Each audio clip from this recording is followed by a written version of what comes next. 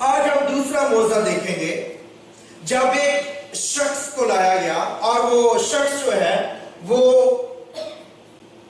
बोल नहीं सकता। वो शख्स जो है क्या नहीं कर सकता? बोल नहीं सकता, वो गूंगा है। और इस शख्स को खुदावंद के पास लेके आए ताकि इस ना बोलने वाले शख्स को शिफा दी जाए, क्योंकि फरीसियों ने बहुत सी रवायात कायम कर दी थी, बहुत से रिचुअल्स कायम कर दिए थे कि कैसे एक शख्स जो है वो रिलीजियस प्रैक्टिस कर सकता है।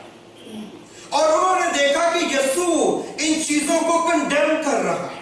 इंजील उसके 12वें बाब की 22वीं आयत से 37वीं आयत तक पढ़ा गया। और कलाम में लिखा है कि एक शख्स को खुदावंद के सामने ले आए जो अंधा भी है और गूंगा भी है और बदरू गिरफ्ता है, ताकि इस शख्स को शिफा दी जाए।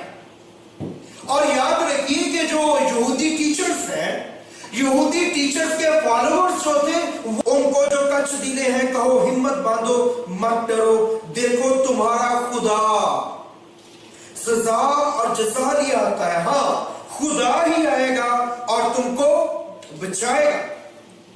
जब खुदा आएगा, मसीहा आएगा, तो क्या होगा?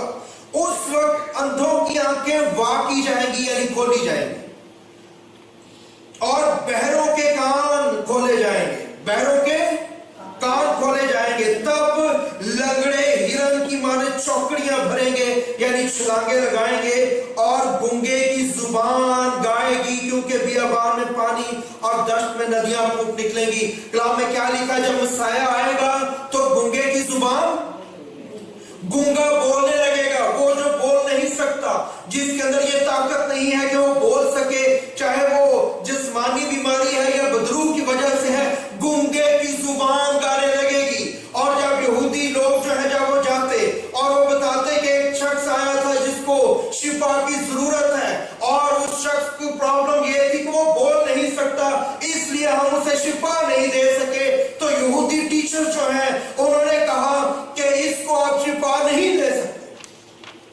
क्योंकि आप उससे कम्युनिकेशन नहीं कर सकते, नाम नहीं पूछ सकते, तो इसको कौन शिफा देगा?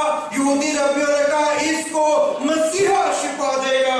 जब आ जाएगा मसीहा, जब खुदा आएगा, जब वो आएगा जिसको खुदा भेजेगा, जिसको खुदा अनॉइंट करेगा, जब वो जमीन पे आएगा, तो वो जो है वो ऐसे लोगों को जो गूंगे हैं, बोल नहीं सकते, उनको शिफा देगा, और फिर गूंगे की जुबान गाने लगेगी।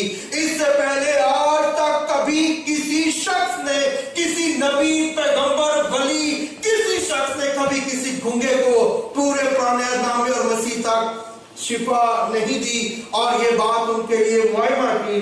और जब खुदा यीशु मसीह आए, और जब वो आए तो उन्होंने इस शख्स को, इसकी कोई एक्सप्लेनेशन नहीं है, इसकी कोई डिटेल नहीं है, वो कैसे आया, क्या कहा, क्या किया। एक आयत बस लिखा है, उस वक्त उसके पास एक अंधे गूंगे को लाए जिसमें बदरूहें थी, उसने उसे अच्छा कर दिया, चुनांचे वो गूंगा बोलने और देख। That's all.